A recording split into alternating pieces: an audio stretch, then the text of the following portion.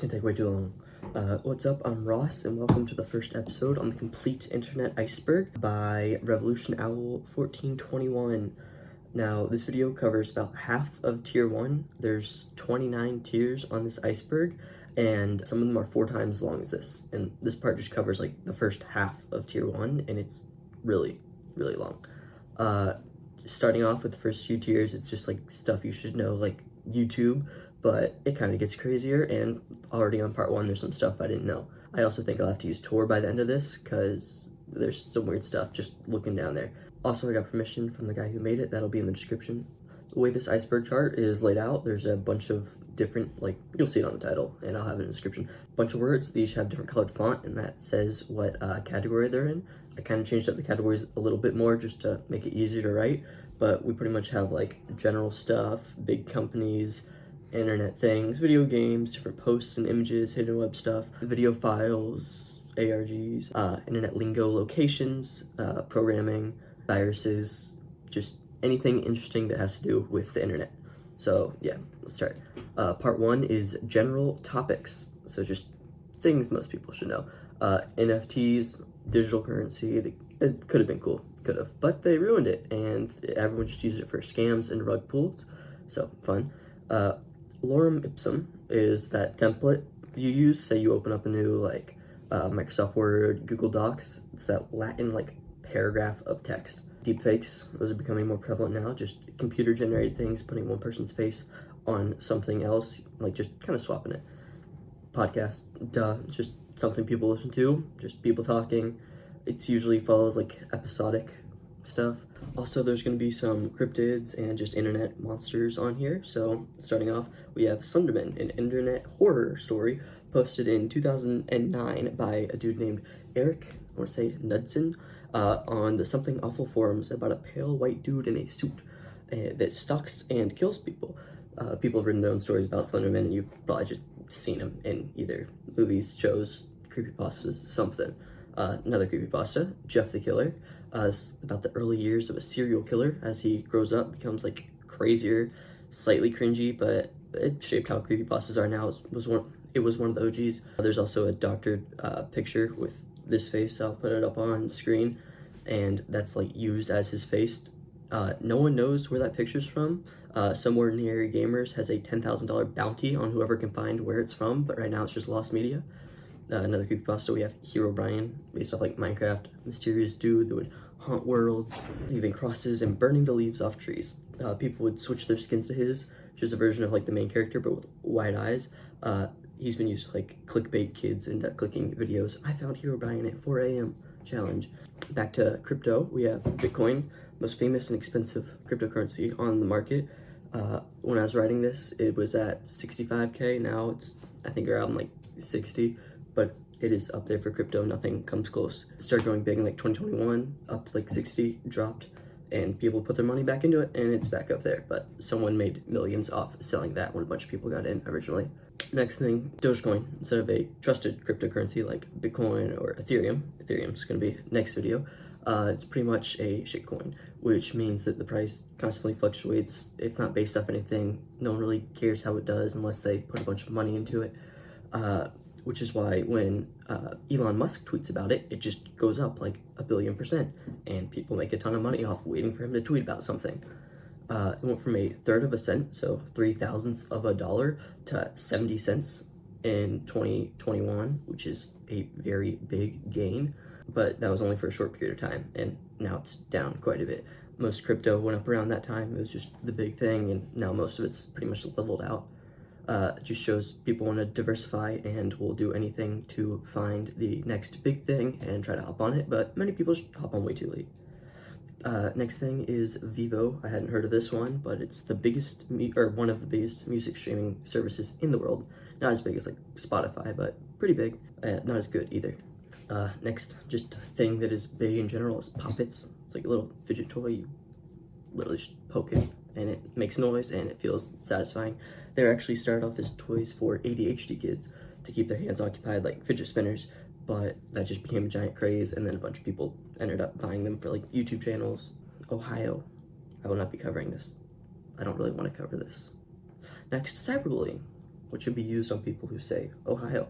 It's a term to describe people that just go online, either hiding under anonymity or just bullying people while sharing their real name, just causing trouble. They can be really mean. Some people, you know, I don't think I can say that on YouTube. Next internet thing, Ian and Laurel. It's a sound clip from J. Aubrey Jones, an opera singer. Actually, that when people hear it, some people hear Yanny, some people hear Laurel, and then if you think about it hard enough, you can hear one or the other. It was recorded in 2007, but no one really cared about the clip until like 2018 when it got big. Started a trend where people play it and ask people what they hear, Yanny or Laurel, which was pretty interesting, and I remember having fun with that when it came out. Next thing, Google Doodles. It's just how the search engine Google constantly changes their logo when something's happening. Like, usually they have the different colors, the yellow, green, blue, yada yada, but they'll change it for when something's happening and just make it interesting. Next is COPPA, or COPPA, the Children's Online Privacy Protection Act. Kind of messed up YouTube a little bit, made it so any websites that's mainly used for children, mainly stuff made on it is for children or used by children, has to follow some strict rules around ads and language, so you can't like curse and stuff.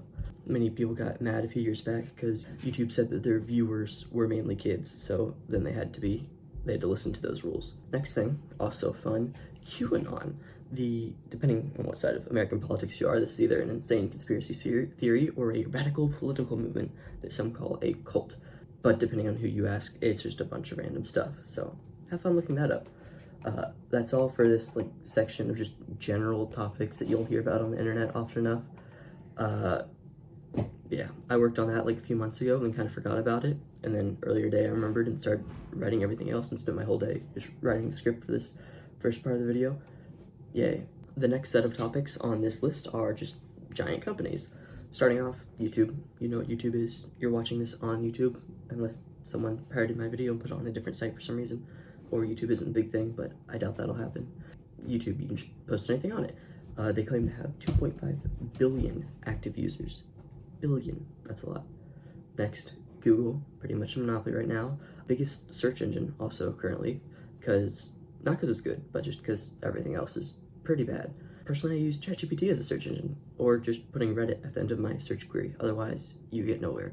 Also, Google doesn't like you to use the word Google, like I'm Googling this, because it takes away from their trademark of Google, and when people just use it as a search term, which is fun, so use Google more. Wikipedia, which we should be allowed to use on school papers. Before I explain Wikipedia, I need to just explain encyclopedias.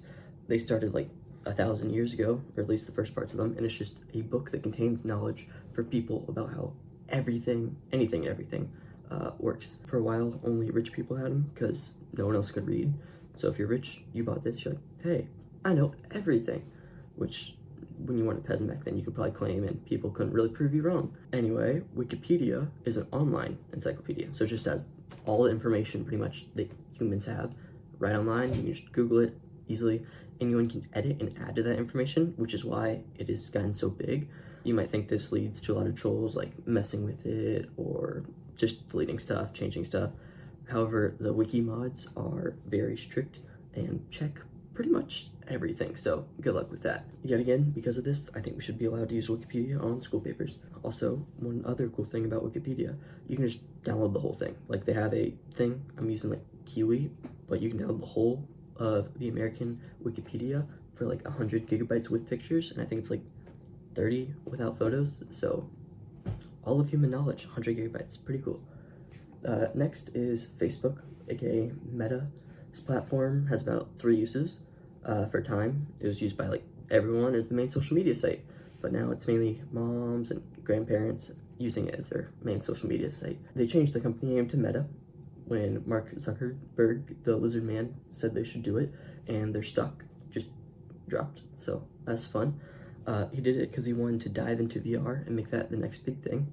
Be cool if that happens, but right now it just means their stock tanked for a bit and they want to have a cool name that just kind of drove people away, so rip. They do, however, produce pretty affordable and high quality VR headsets, which is really nice. I have a Quest 2, that's fun, and they keep updating them, which not everyone does. They just kind of release stuff and they go, there you go, I'm never gonna touch it again, and you'll probably get like malware on it. They have about 3 billion monthly active users, which pretty crazy. Also, the third use, fair to say, is Facebook Marketplace. Better than eBay, better than anything. If you want good deals, just go there. It's really nice, especially if you live by a rich neighborhood or set your target there. You can get free stuff. It's nice. eBay. It started as a way to just kind of like auction your goods off to other people online, and slowly more and more people, or at least a larger percentage of the users, just use the buy it now feature, kind of like buy it at a specific price. Bam, you get what you want, get online. It's pretty trustworthy, almost always get your stuff, so yeah. And if you need to know more, Weird Al has a song about it. Just listen to that and you'll know everything you need to know about it. Amazon, one of the other monopolies on this list. It actually started as a small online bookstore in a garage in 1994, but it quickly turned to a household name by selling every type of item you could imagine. They have a subscription service called Amazon Prime, which, duh, and they have some pretty good deals and free shipping. So if you're using that, most people will get the Prime. It is nice that they've branched out from just being a bookstore, because now they sell literally everything and have their own movie and streaming service site, Prime Video, which has great shows, but no matter how much you pay, they still make you watch ads, so fun. Amazon has become pretty divisive. You either love it or you hate it. Some people feel like it's a monopoly and ruining the environment with all the cardboard, and some people are like, hey, I got my stuff, nice. So next, we're kind of going to some search engines. Starting off, Bing. It's one of the bigger search engines. For a while, it was like pretty much the biggest. It launched in 2009 by Microsoft. So actually, Microsoft should be on this list. There's a few things that need to be on this list. There's just weren't in the iceberg. So I'll probably go back and cover those at some point. Anyway, Bing launched in 2009. It was meant to work with all of Microsoft services like Office, just all that. It connects, you're good. Just like how Google Chrome does that with Google services. Cool fact, Yahoo, which is mentioned later, and Facebook use Bing for their searches because it's just, at least according to them, such a good search engine. Like I just said though, Chrome, it's Google's search engine. It used to be relatively good, but ever since you could like pay to have your website featured on the top, it's just become more and more useless. And even if you ignore that, it just doesn't search well anymore at all. It's just become worse over time, so not fun.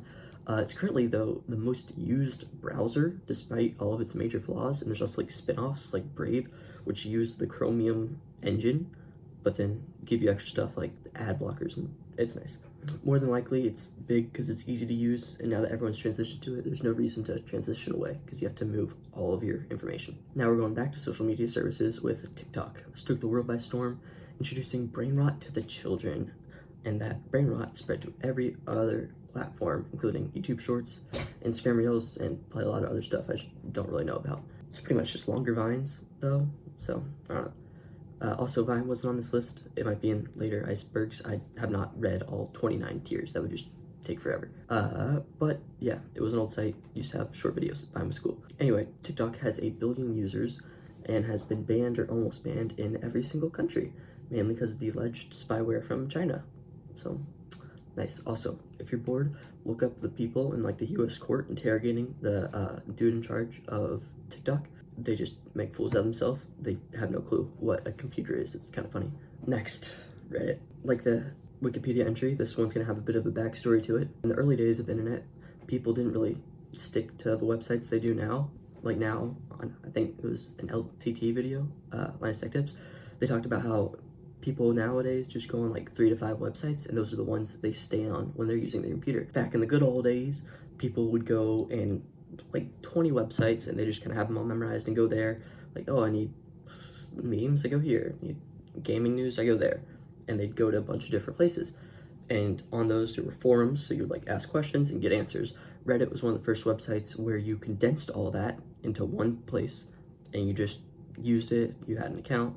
But the best part of Reddit accounts were the anonymity, so you can kind of like keep yourself hidden if you want to post sensitive content or just was like embarrassed to ask a question, etc. Eventually, they allowed you to add pictures, so nice. You can comment on other people's, and as the forum started dying out, more people started going to Reddit and its competitor, Dig. Dig was really winning at this point, but it kind of shot itself in the foot, so all the people there moved over to Reddit. And then they just created subreddits, like smaller groups of people, and that grew. Speaking of not great things, let's go to X or Twitter. Besides 4chan, this is probably considered the worst site on this list. Starting in 2006, it was different than other companies, allowing users to only share a small amount, like literally 140 characters, and that limit was there for a while.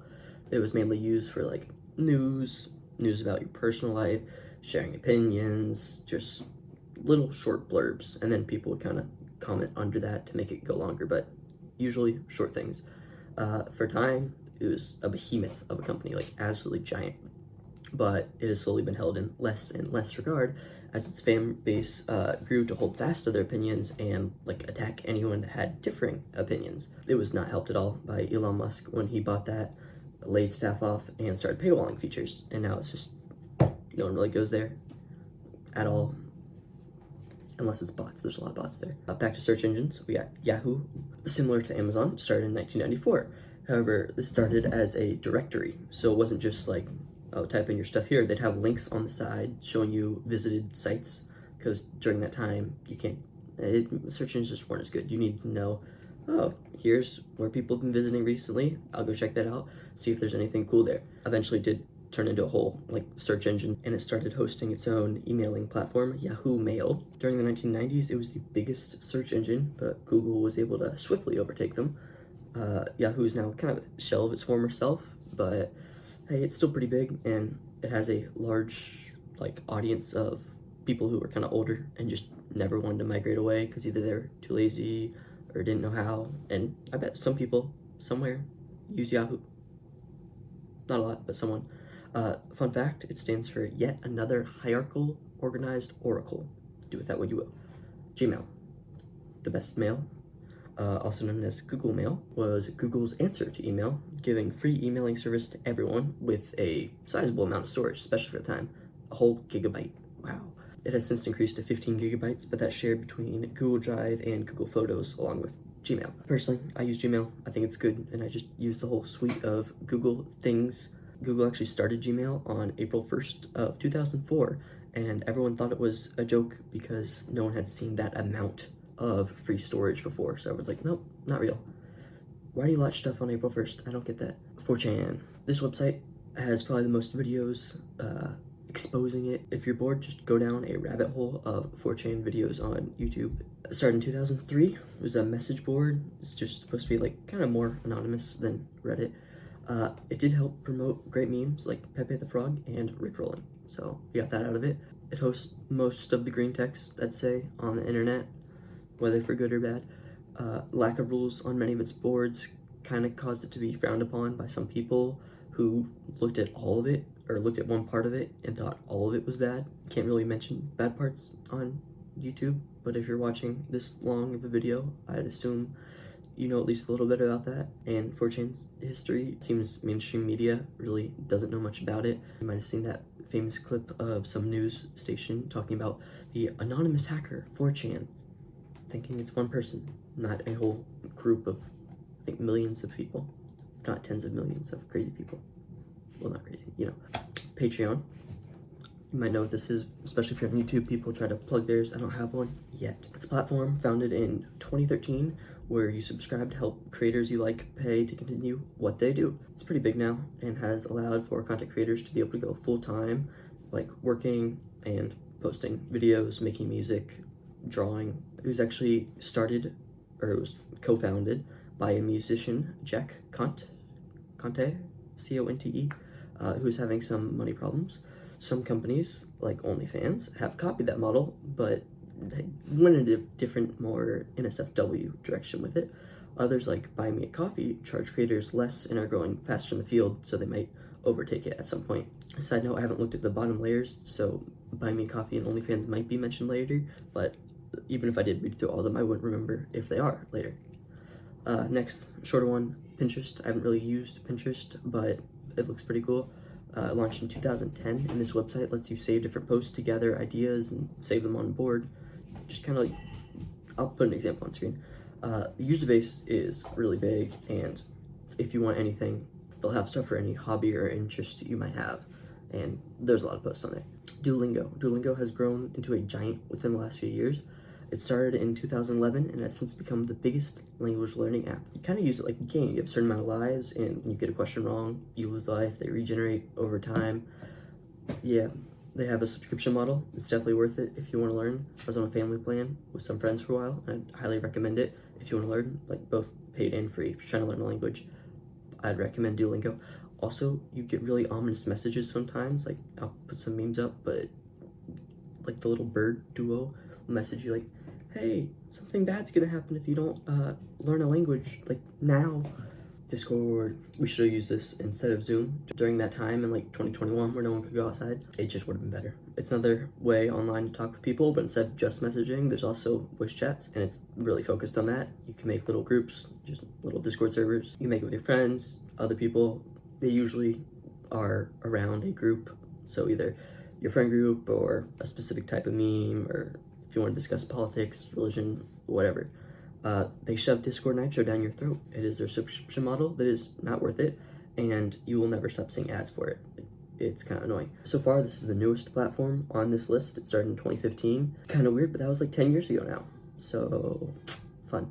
With 600 million users, it's definitely growing and deserves a spot on the top of this iceberg. Twitch, like YouTube, but focused on live streaming. I guess like half of the well-known internet celebrities kind of started on Twitch, even though it is a smaller platform than YouTube. Twitch is widely known for its subathons, so a creator will keep filming or live streaming a video until their countdown ends, and the countdown only goes up if you give them money and like subscribe to the channel. Not like in a bad way, but like they're also known for Twitch Plays Pokemon, where it's like the old classic Pokemon games, but whatever letter people type in the chat or control, that's how the character would move, and they had to beat it with like a lot of people. It was pretty cool to watch after the fact, but I wasn't a part of it when it was going on. Etsy is vintage eBay pretty much. It was founded in 2005 and another online marketplace, but it's focused more on vintage items. It also has like handmade stuff. Unlike eBay, it has a bigger focus on online stores where like one person kind of has a stock of items. They boast 100 million customers, which is pretty crazy because I don't really hear people talking about it or using it, but I guess I'm not in those spheres. Hulu, hope you like ads. Really, really hope you like ads. Hulu is a giant streaming service with tons of shows that make you watch like 3 ads per 20-minute show, and the last ad is always within like a minute of the end of the show. So you're gonna sit through like a 2-minute ad to get like a minute of kind of filler of a show, at least half the time. So yeah, don't get Hulu, and don't go to the Pirate Bay either. There's gotta be better places to do that. Imgur is cool, lets you post pictures and share them with others. Lots of Reddit posts are just like Imgur links, and they just show up on the app. This had the first user count. This had the first user count that surprised me. It had 300 million users, which is pretty crazy. It started in 2009. Spotify is better than Apple Music. Don't at me. It started in 2006 when I was born, making it even better. It's just a music hosting site that lets artists post their things on there. You can listen to their songs. They get paid. You get free music, or you can pay. Their subscription is definitely worth it. I think I use it more than anything else I pay for. It can, like everything else, all other music streaming places, you can make playlists. It recommends you songs. You can search songs. You can make playlists with friends. All around great site. Heavily recommend it. Now, I use Spotify every day. The next one, Tinder, I don't use, so I had to do some Googling here. Like Pinterest, another site I haven't used, right? And looking at the upcoming websites, there's just a few that I have heard of it or just never used it. So Tinder, 18 plus app for dating and stuff.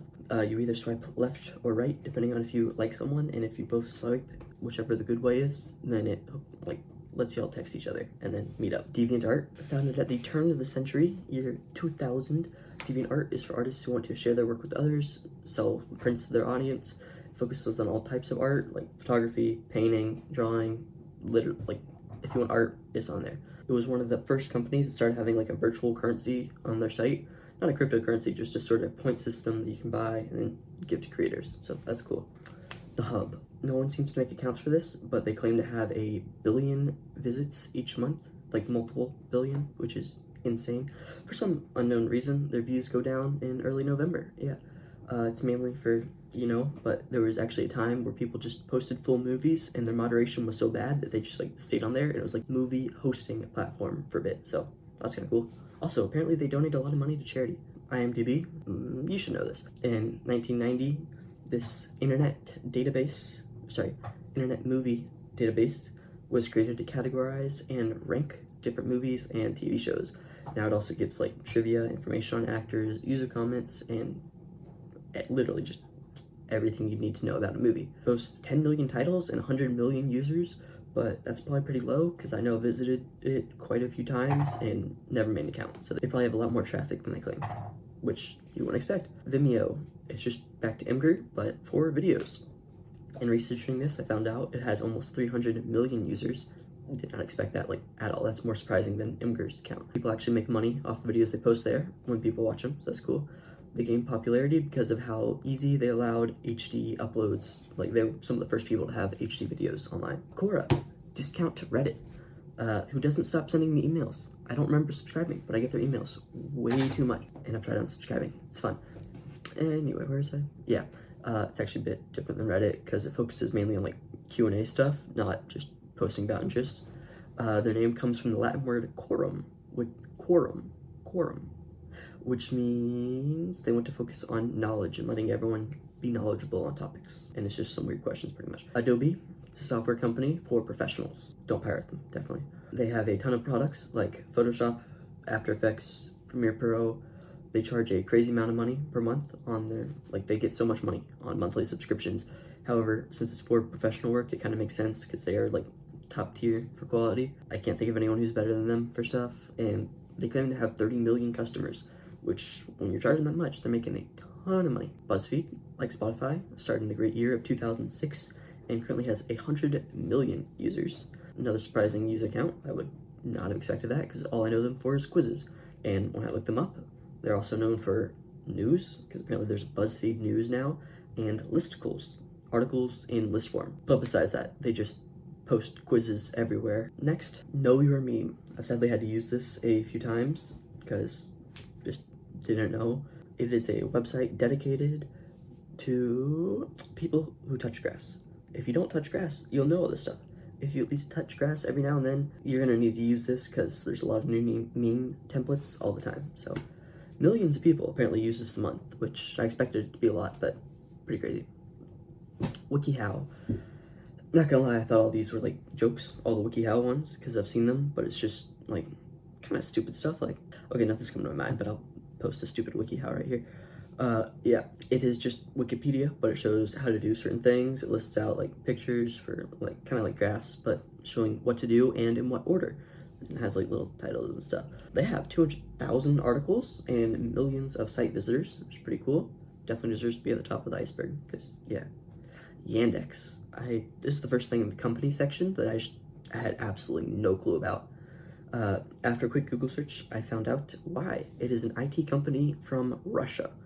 So yeah, they're literally just Google's Russia, but instead of just doing online stuff, they also have a taxi service called Yandex Taxi and a marketplace, which is just Facebook Marketplace, but for them. So that's cool. It'd be cool if we had all that bundled into one, but then it'd be a monopoly and they charge way too much. So next we have the Internet Archive. It's the last company in this section. Let's go. I like this one. It is a nonprofit started by Brewster, I want to say Kahle, K-H-L-E, in 1996, and it archives all the information on the internet, at least as much as it can. Websites, books, music, software, keeps things from becoming lost media.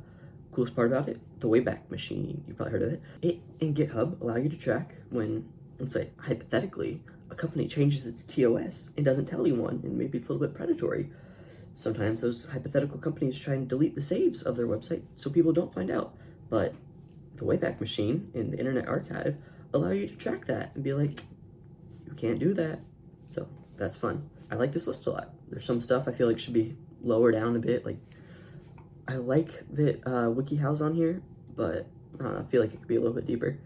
There's also some things that really need to be on here. GitHub, Snapchat, Netflix, Disney Plus, Apple Music. If they never show up, I'm gonna make a video showing what was missed. Also, not on that list, ChatGPT, but it was kind of made before. That was big. It was really helpful kind of in writing this, because some of the stuff I didn't know, Yandex, no clue what that is, so I had to use ChatGPT for that. Pretty much my default search engine now, so that's cool. Next we have games. I'm gonna assume most of you kind of know these games, so I'm not going too in depth, pretty much the same level as the last one. I'm not gonna cover these for too long. Minecraft. It's Minecraft. I can't really say anything else. It's Minecraft. I will die on the hill that it's pretty much the greatest game ever made. You can play it by yourself, with friends, on servers with random people.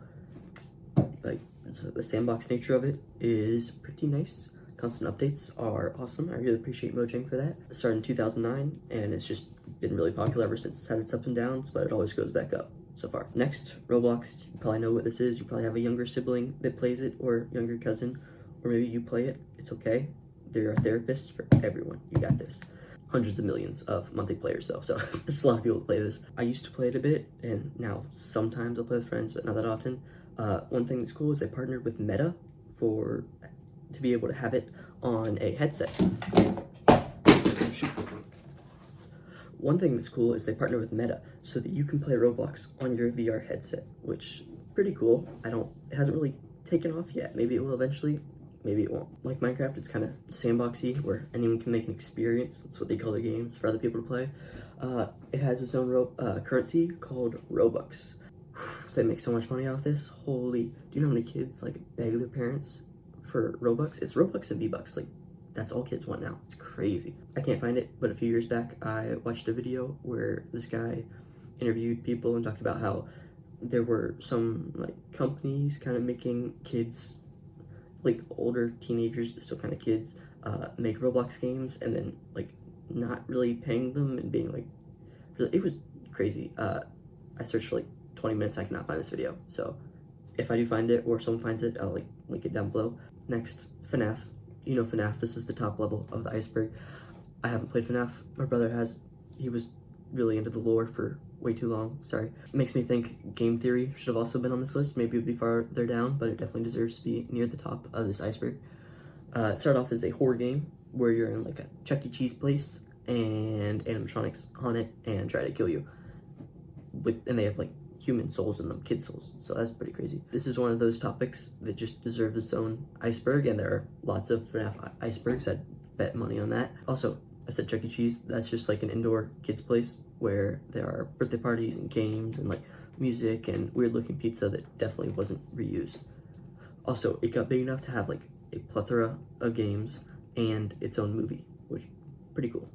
They should have made it rated R though, it would have been so much better. Fortnite started as a zombie shooter where you build a base, but it kind of transformed into a battle royale. And yeah, you fight like 100 people and then whoever's left standing, or you can do it with your friends. Whoever's left standing last, either you or your team, they win it. And it's kind of evolved over the years. It's probably one of the most popular games in the world for a bit. Now you can make your own Fortnite worlds that people can play in.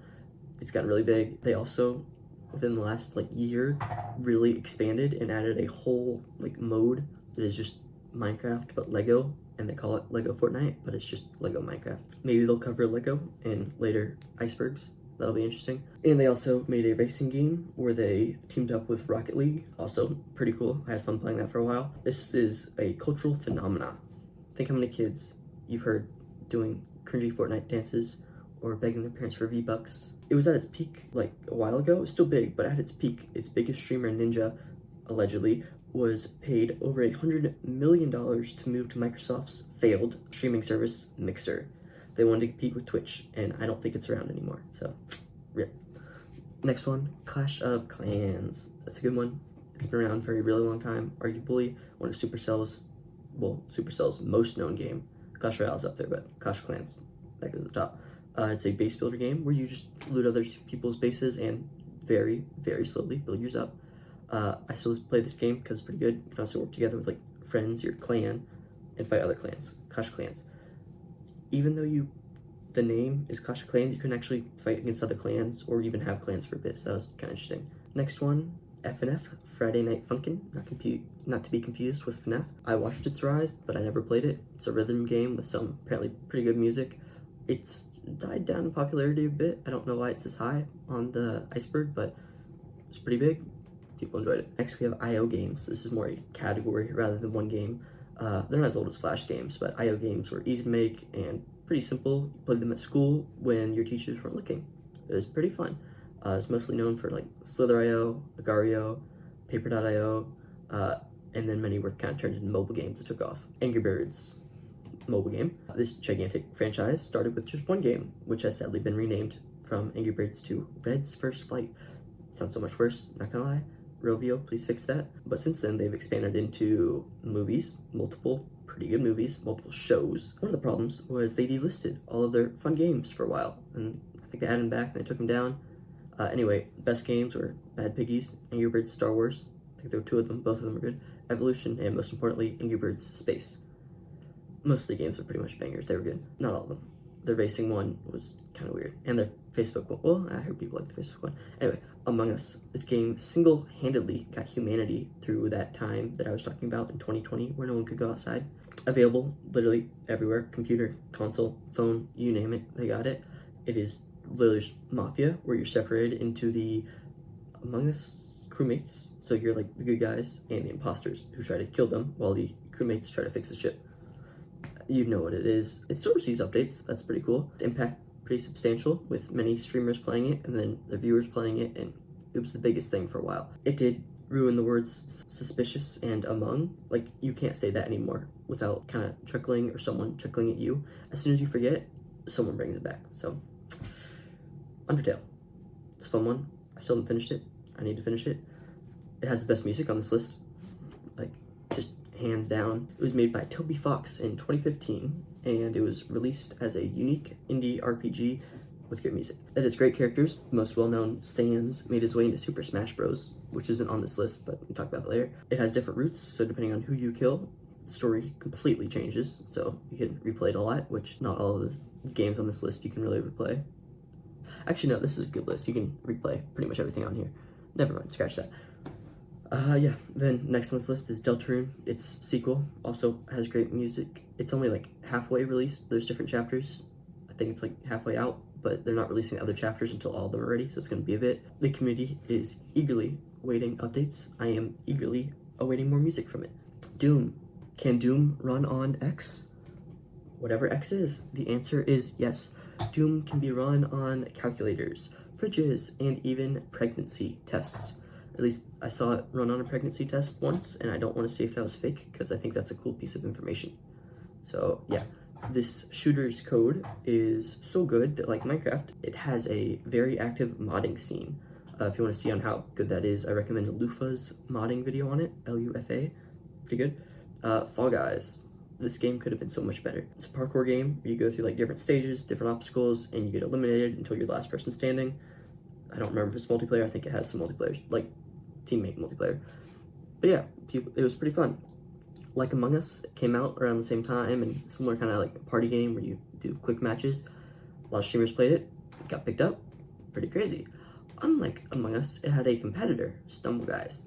Was not as good, but Stumble Guys kept having updates, and eventually outgrew Fall Guys because it just became the better game, and Fall Guys kind of got complacent. So, also you can play Stumble Guys on mobile. I wouldn't say I played that during school, but I might have played that during school. TF2, Team Fortress 2, not to be confused with the like 5 other TF2s. Valve cannot count to 3. That's all I'm going to say. We'll see it more later, but Valve, the makers of this game, they make Team Fortress 1, they make a Team Fortress 2, and then they stop. They make a Portal 1, they make a Portal 2, and then they stop. They make a Half-Life 1, they make a Half-Life 2, and they kind of make it 3. There's actually rumors about a third one coming out now. That's actually kind of cool. That'll be really fun. Yeah, TF2 is a shooter game made by Valve, Steam. We'll see that soon on the list. It was actually one of the biggest shooters for a while, but now it's kind of filled with bots, and the community is begging Steam to fix it. Valve just launched Deadlock as of like a few days ago, which is pretty much Team Fortress 3, so kind of nice. Personally, I don't like it. I was in the closed alpha that no one could talk about, even though it had 100,000 players, which is like literally the biggest thing on Steam, but nope, couldn't say anything about it. That Verge dude got taken down. They made the article. That was pretty funny. Quake. Everyone knows Quake. It's one of the first 3D games like ever. Had great shooting mechanics, great movement mechanics, multiplayer. There's still a really active player base, and it came out in 1996, so that just speaks to how good the game is. Next, we have Cuphead. This one should be lower down. Fun game, sure, but a bit more obscure. It's the type of game where you and up to one other player, the DLC adds a third character, but I don't know if you can do all 3 at once. I'm gonna guess yes. Anyway, you go through either side-scrolling levels or boss levels, and yeah, it's just a pretty good story. Apparently, they actually had a show because it was so good. Art style is actually pretty awesome. I really admire them for the way they made it. Everything was just drawn out and then put onto the game. So everything is hand-drawn. Steam, people that made TF2 and all the stuff I was talking about. Should probably be with companies, but since it's relating to gaming, I guess it's here. It is the biggest PC game store. It is well loved, either because it's good or because all of its competitors are really bad. I don't know which. If you publish a game, Steam only takes 30%, which is really good when compared to other people. And they give you free marketing for your game. You get these things called visibility rounds, where they show it to like a bunch of people, and when your game comes out of alpha or beta or whatever, they give you more like showing to people, which is really cool. It's chill them to do because other people don't do it. Other people make you pay to do it, which you can do, but you get some free ones here if you're an indie dev. They also give you keys to your game, so you can like just give out keys to your game for free. So like, hey, you want this? Hey, you want that? Maybe it's some random people you're trying to be nice. Maybe it's family. Also, they allow you to put your game out on other sites. You can't do it for a lower value, but hey, say you want it on Steam and Epic Games for some reason, you can do that. Next, we have Cyberpunk 2077. This had a lot of hype. It's a shooter. It's just a really big game where you can do a lot of different things. And yeah, people were really hyped for it to come out, and then it came out as a laggy, buggy mess. Completely ruined its reputation for a while, but since then it's been completely fixed, given some apparently stellar DLC, and they just kind of like keep updating it, which was nice. They even added a VR mode for free. You know what Skyrim did when they added a VR mode? First off, they made it terrible. Second off, they charged $60 for it. The normal game is $40, and for this thing where they tacked on stupid controls, they charged $60. Not okay. And it goes on sale often enough, but still, if you want to get it at any time, you gotta pay $60. Baldi's Basics in Education, commonly referred to as Baldi's Basics. Indie horror game, came out in 2018. The theme was a 1990s school with a teacher and just some weird like stuff in the background. Kind of had a Shining reference with the two girls with jump rope or whatever. It was kind of unsettling for some people, which just made it a bigger game, and its success allowed the creator, Micah McGonagall, I don't know if there's any relation to Professor McGonagall from Harry Potter, to make a bunch of spin-offs. So next we have Flappy Bird, that mobile game that everyone played until it was taken down. It's an older game, like I said. It was one of the first rage games where people got really mad that they couldn't beat levels. Simple premise, you probably know it. You tap on the screen, your bird goes up. There are moving pipes that go along the screen. You just gotta jump over or under them. Pretty much it. It's one of the first games, so it wasn't that complicated, but a lot of people played it, like Doodle Jump. Ooh, Doodle Jump should be on here. Bendy and the Ink Machine, another game I have not played. Also one of the games I know the least about on this list. It's another horror game, and it follows an animator, apparently, going into a studio, but it's haunted by Bendy, and he has to just kind of save it, it seems like. It has an older visual style, like Cuphead, that appealed to many of the fans and got it successful enough to have a spin-off. Also, big game, I've heard about it. Don't know if it deserves to be on the top of this iceberg. Next we have Portal, of course. I'm also lumping Portal 2 in with Portal. Puzzle games made by Valve with multiplayer and single-player campaigns. At least in 2 there's multiplayer. Really fun, really challenging. I've gone through the story multiple times, single and multiplayer. Just awesome. They don't take that long to play, so if you want to just like sit down, grind it out, awesome. Please, I need Portal 3. That's all I need in my life right now. Like, I don't need to get a good grade on the SAT. They're getting announced, what, next week? I just need Portal 3, man. Geometry Dash, I used to know life this when I was like 10, I don't know. It had great music. You just tap the screen to the beat and you do like parkour with your box slash spaceship slash robot slash whatever you are right then. And the beat kind of corresponds to when you should jump, which is cool. For a really long time, there's no updates. The fans just kind of like waited, and Rob Top kept saying, hey, they're coming out soon.